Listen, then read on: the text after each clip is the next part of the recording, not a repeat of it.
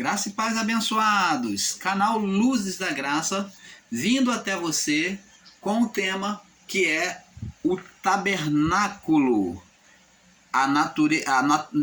O tema é tabernáculo humano, sombra do tabernáculo divino. Então vamos falar tabernáculo humano, sombra do tabernáculo divino. Então vamos agora estar falando sobre o tabernáculo, explicando a todos vocês sobre o tabernáculo divino, feito imagem por meio do tabernáculo humano. E nesses ensinos, meus irmãos, nós vamos estar lançando por terra muitos entendimentos equivocados, literalizados, radicalizados, ensinados por nossos irmãos aí em graça. Então você se prepara que o irmão Paulo não está aqui para contender contra ninguém, mas está aqui para provar as verdades divinas. Nós, o canal Luz da Graça, como você sabe, nós outrora aderimos muitos ensinos de alguns irmãos, vimos numa visão dos irmãos que vinham ensinando e nós despertamos com o entendimento espiritual e vimos que eles estão sendo literais e tendo uma falsa interpretação da Bíblia. Porque o próprio Jesus disse que a letra mata, que o Espírito é que vivifica. Então, a letra mata. Porque se formos pegar e ensinar e pegar pela letra, pelo literal, nós vamos estar sob estado de morte. Não vamos ter entendimento, não vamos receber vida espiritual pela palavra de Deus. Quando Jesus falou, olha, ele disse que não é letra, mas ele falou, as minhas palavras são espírito e verdade. Para termos o entendimento perfeito da palavra do Pai, nós temos que interpretá-la de forma espiritual. Temos que pegar a letra com o entendimento racional e buscar interpretar de forma espiritual. Porque tudo é baseado no que há nos céus. Igual as parábolas, elas são contadas como figuras físicas para representar aquilo que é espiritual, para trazer entendimento sobre aquilo que é espiritual. Mas me parece que muitos dos nossos irmãos não compreendem isso.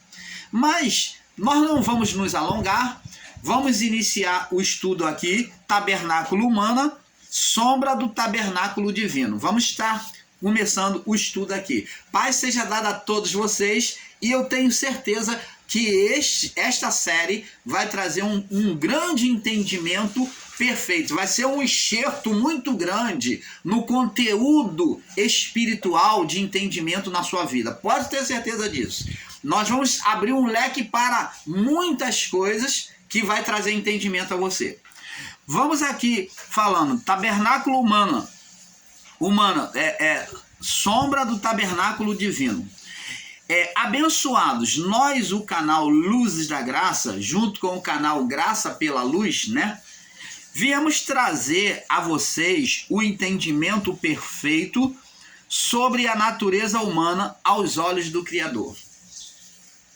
Onde aqui na criação é feita a representação por meio do tabernáculo humano. Vamos ver isso? Esse tabernáculo foi instituído no período da lei. Vamos então lá no livro de Levítico, aonde é feito o tabernáculo. Levítico capítulo 4. Vamos ler o capítulo 4 primeiro, depois capítulo 23. Levítico capítulo 4, aonde é instituído o tabernáculo. Vamos ler capítulo 4.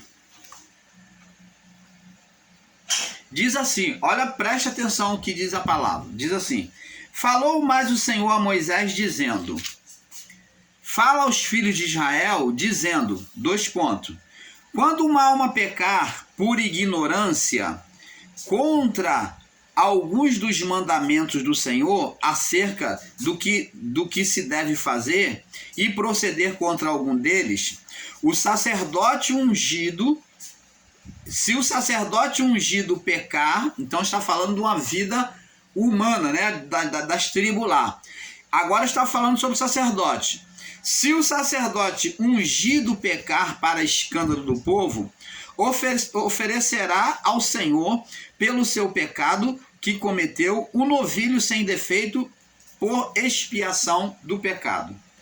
E trará o novilho à porta da tenda da congregação, que é no tabernáculo, e perante o Senhor porá a tua mão sobre a cabeça do novilho, e degolará o novilho perante o Senhor. Então aqui está mostrando um novilho sendo levado à tenda da congregação, né? Que é o tabernáculo, e o sacerdote indo oferecer sacrifício, degolando o animal perante o Senhor. Verso 5. Então o sacerdote ungido tomará o sangue do novilho e trará a tenda da congregação, que é o mesmo que tabernáculo, né? E o sacerdote molhará o dedo no sangue, daquele sangue aspergirá 7 vezes perante o Senhor.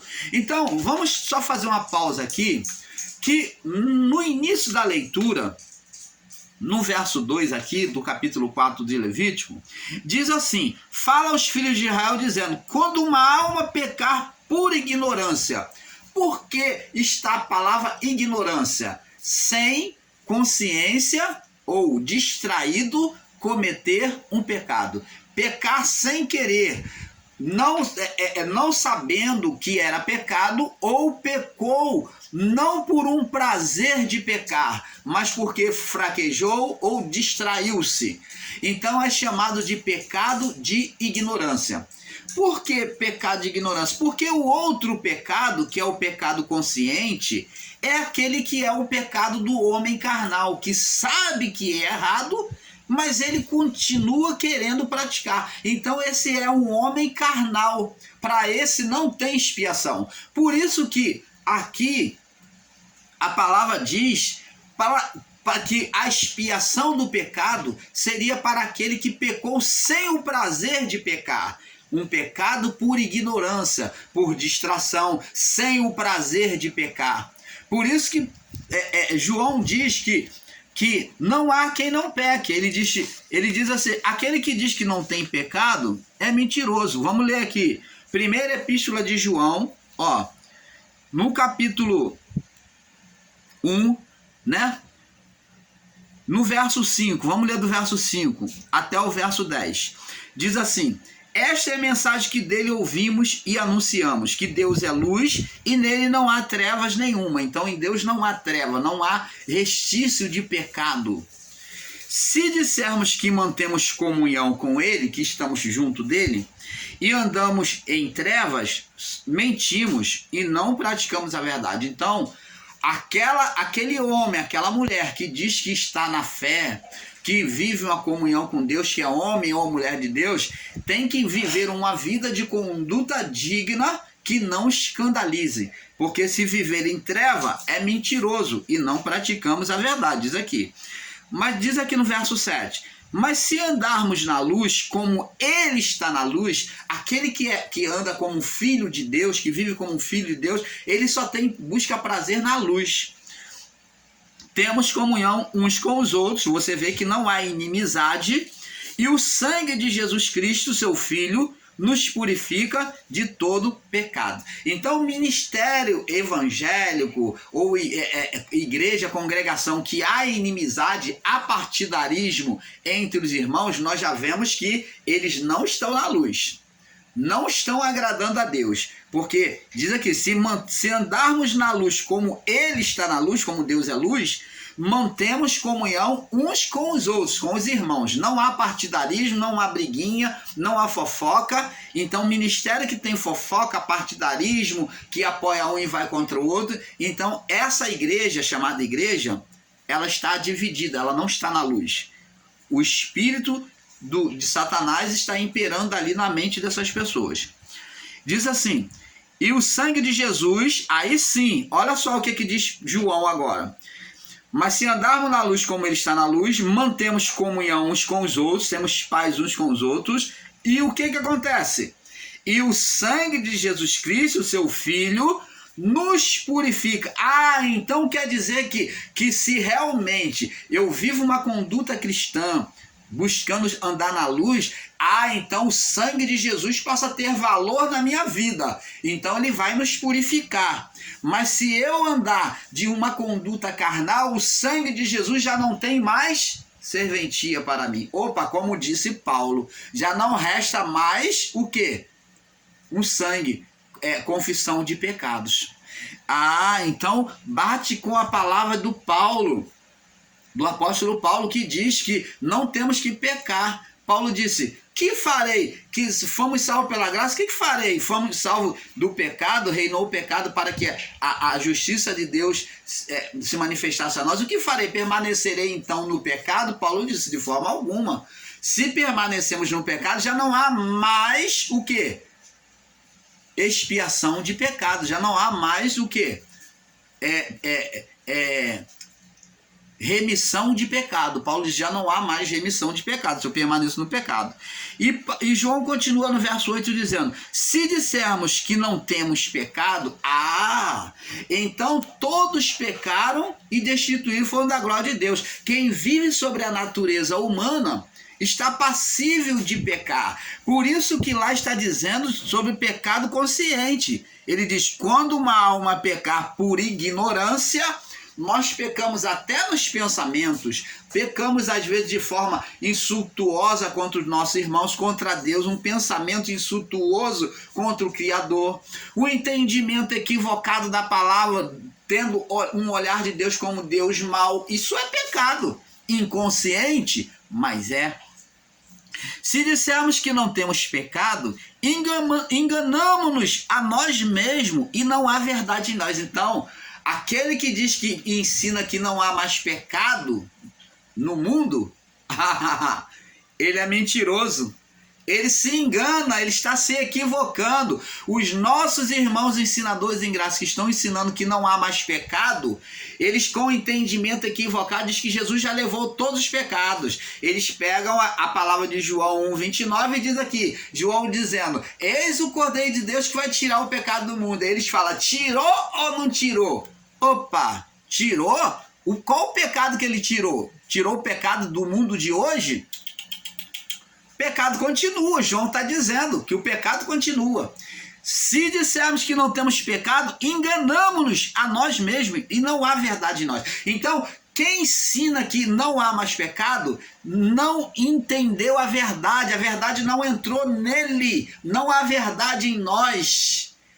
Não entendeu a verdade de Cristo, não entrou nesse ensinador em graça que diz que não há mais pecado. O pecado que foi retirado foi a herança do pecado, o pecado adriano, o estado de condenação, de separação de Deus, morte espiritual. Por isso que a palavra diz que Cristo vivificou. Se vocês ensinam que não há mais pecado, então Cristo não vivificou. Não houve vivificação. Ao mesmo tempo que vocês dizem que não há mais pecado, vocês pregam vivificação.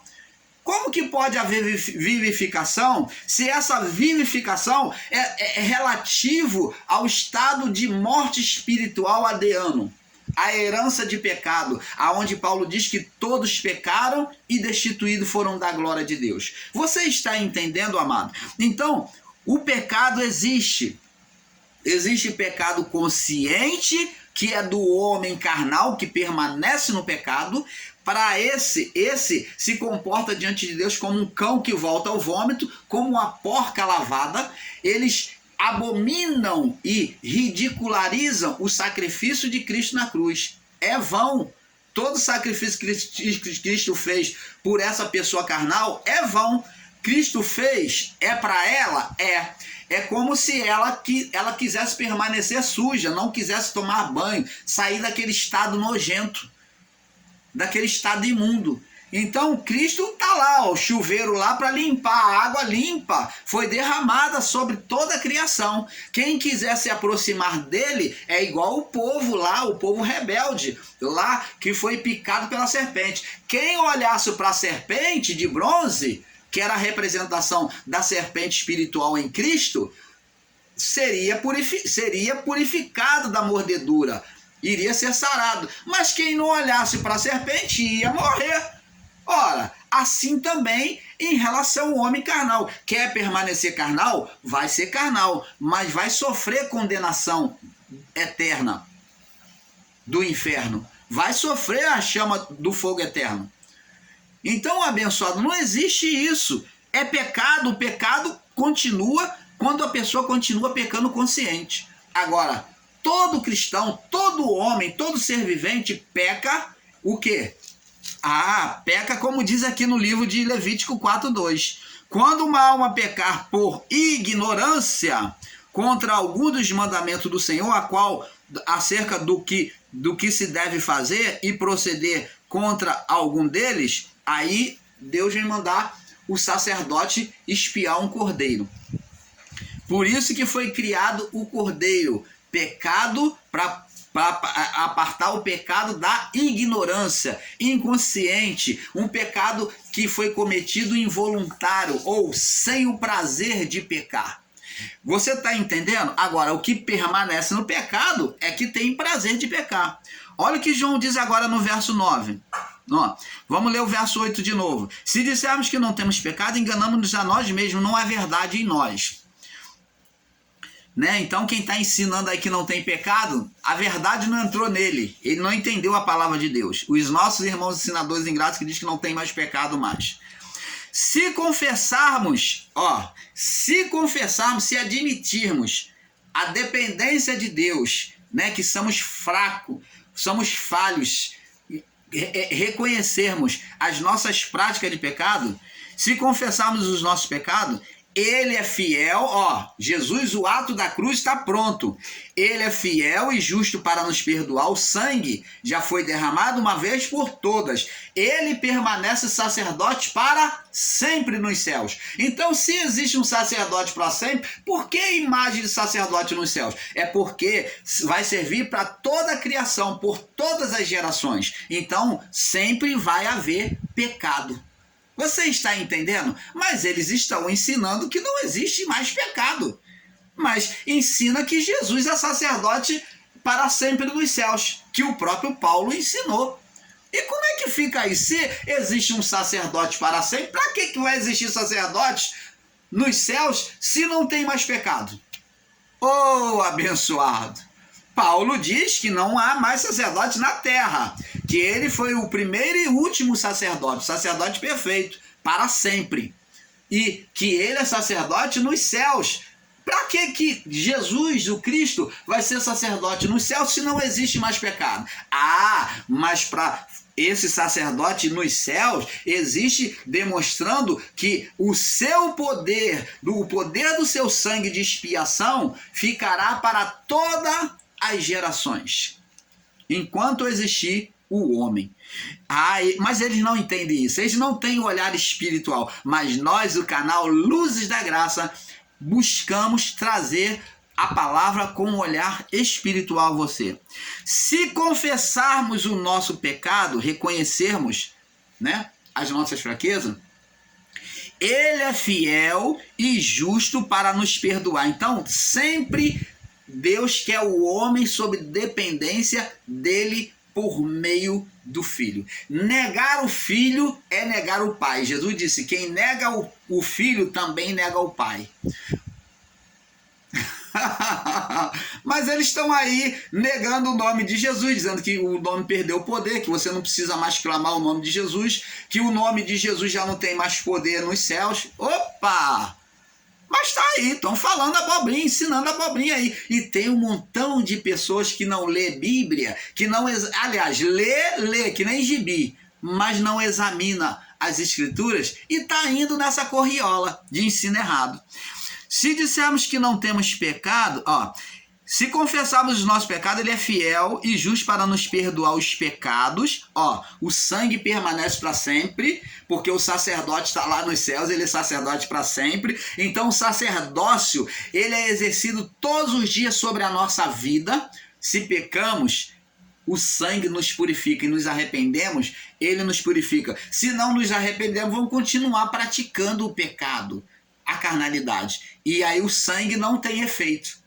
Só vai ter efeito quando nos voltarmos. É por isso que o cristão, aquele que se converte, vive uma vida cristã e ele se desvia, ele vai para o mundo e ele volta e se arrepende. E Deus está sempre pronto para aceitar. Porque o sangue permanece para sempre, até a morte do homem, para todas as gerações. Mas os céticos, os ateístas, os radicais não podem suportar esse entendimento de um perdão infinito.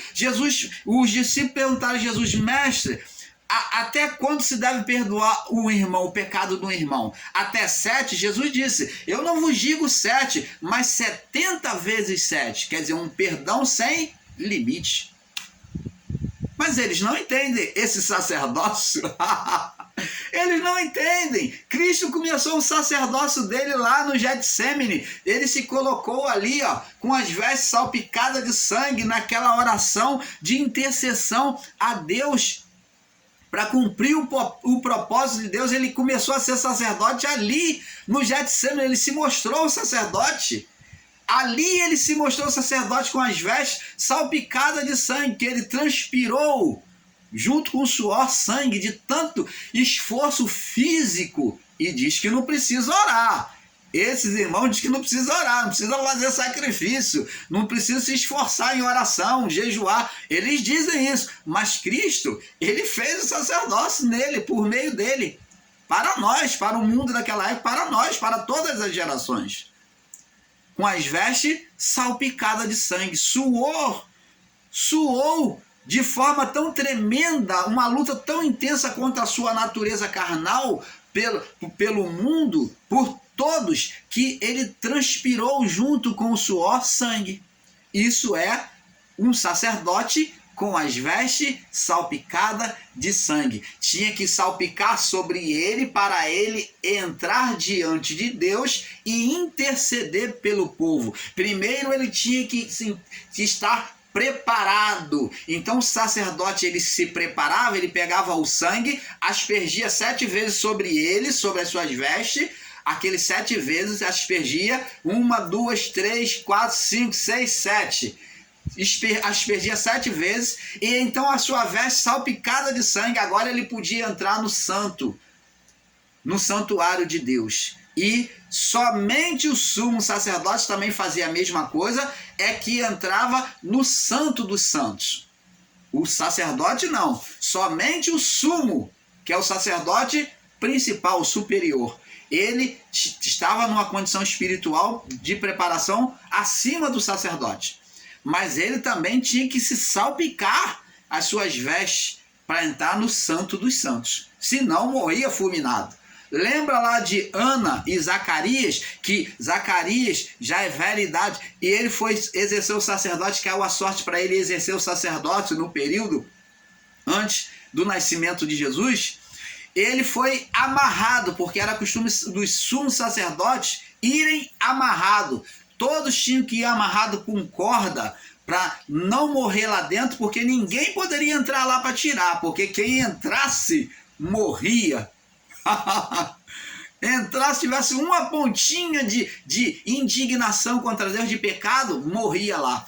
Então, se o sumo sacerdote entrasse lá despreparado, ele ficava lá mesmo. Por isso que tinha uma corda, que se ele passasse o tempo dele interceder, ele não voltasse, alguém puxava aquela corda e vinha arrastando ele para fora do Santo dos Santos. Você está entendendo, amado? Canal Luzes da Graça, trazendo a perfeita iluminação da palavra do Pai. Mas existem canais aí que estão trazendo iluminação com pouca luz para muitas pessoas. Só está trazendo confusão de entendimento. Então, aqui diz aqui, ó. Ele é justo para nos perdoar os pecados e nos purificar de todas as injustiças. Se dissermos que não temos pecado, ó, a vocês, meus irmãos ensinadores de graça, em graça aí, muitos, que está ensinando que não tem mais pecado, ó, fazemos-lo mentiroso. Opa, mentiroso. Ah, tem muitos que estão aí, são mentiroso, dizendo que não tem pecado. Tá aqui. Sou eu que estou chamando, não. É a própria palavra. fazemos-lo mentiroso, e a palavra não está em nós. Então, quem está ensinando que não tem pecado, ele é mentiroso e ele não está tendo entendimento da palavra, não está dentro dele, a palavra não entrou dentro dele, não entrou dentro dele. Não, a verdade não entrou dentro dele. Ainda não entrou. Porque a palavra de Deus é espírito e verdade. Eles estão pregando letra, estão sendo literais. Você está entendendo, amado? Mas vamos prosseguir no entendimento. Agora também no livro de Levítico 23, você pode ler o Levítico 4, eu não vou ler todo não, para não tomar tempo. Vamos agora Levítico 23, mostrar também acerca da expiação pelo sacerdócio. Vamos ver aqui, Levítico 23, é muita revelação que vem por aí, abençoado, com um pouco aqui, um pouco ali, pelo canal Luzes da Graça e Graça pela Luz.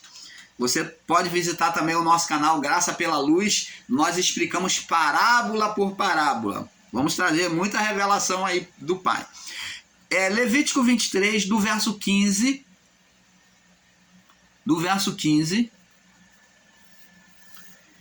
diz assim: